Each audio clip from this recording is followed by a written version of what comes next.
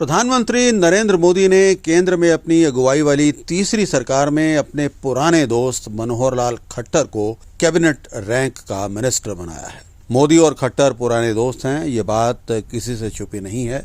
नरेंद्र मोदी खुद कई बार मंचों से इस बात का खुलासा कर चुके हैं। दोनों काफी समय से साथ हैं, उस समय से साथ हैं जब दोनों आरएसएस के प्रचारक हुआ करते थे। 1996 से नरेंद्र मोदी और मनोहर लाल खट्टर के बीच में दोस्ती है।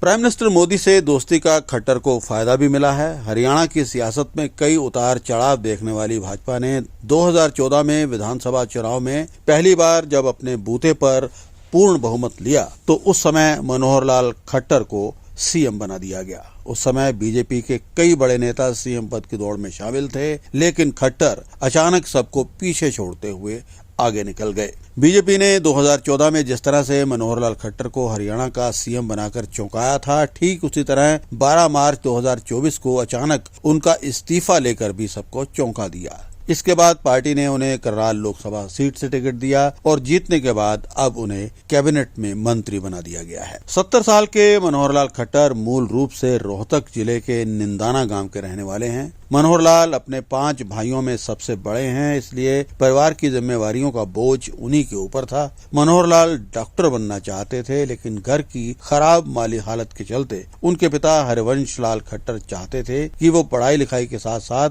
गुजर बसर चलाने के लिए परिवार के बाकी सदस्यों की तरह खेती भी करें। इसी वजह से स्कूलिंग के दौरान मनोहर लाल अपने पिता के साथ खेतों में भी काम करते थे। हालांकि बाद में रोहतक में स्कूली पढ़ाई पूरी करने के बाद वो आगे की पढ़ाई के लिए दिल्ली गए। दिल्ली में पढ़ाई के दौरान ही खट्टर ने ठान लिया था कि वो सारी उम्र शादी नहीं करेंगे। दिल्ली यूनिवर्सिटी में ग्रेजुएट होने के बाद खट्टर ने दिल्ली में ही सदर बाजार में एक दुकान खोली थी। इस दौरान 1977 में वो आरएसएस के साथ भी जुड़ गए थे। लगभग 17-18 साल आरएसएस के प्रचारक के तौर पर काम करने के बाद 1994 में खट्टर बीजेपी में शामिल हुए।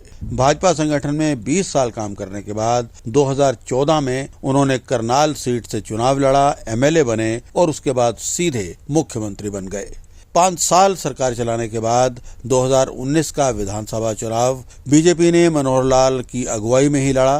पार्टी को हालांकि पूर्ण बहुमत नहीं मिला, लेकिन मनोहर लाल एक बार फिर से हरियाणा के मुख्यमंत्री बनाए गए। फिलहाल वो अब केंद्र में मंत्री हैं और माना जा रहा है कि उन्हें अच्छा मंत्रालय दिया जाएगा। सूत्र ये भी कह रहे हैं कि उन्हें कृषि मंत्री बनाया जाएगा। कोई ये कह रहा है कि उन्हें सहकारिता विभाग भी दिया जा सकता है। कुल मिलाकर मनोहर लाल एक बार फिर से अब सुर्खियों में हैं। मुख्यमंत्री रहते भी वो लगातार सुर्खियों में रहे, लेकिन अब एक बार फिर से वो सुर्खियों में हैं। केंद्र में मंत्री बन गए हैं। किस प्रकार का काम वो केंद्र में करते हैं, ये अब देखना होगा।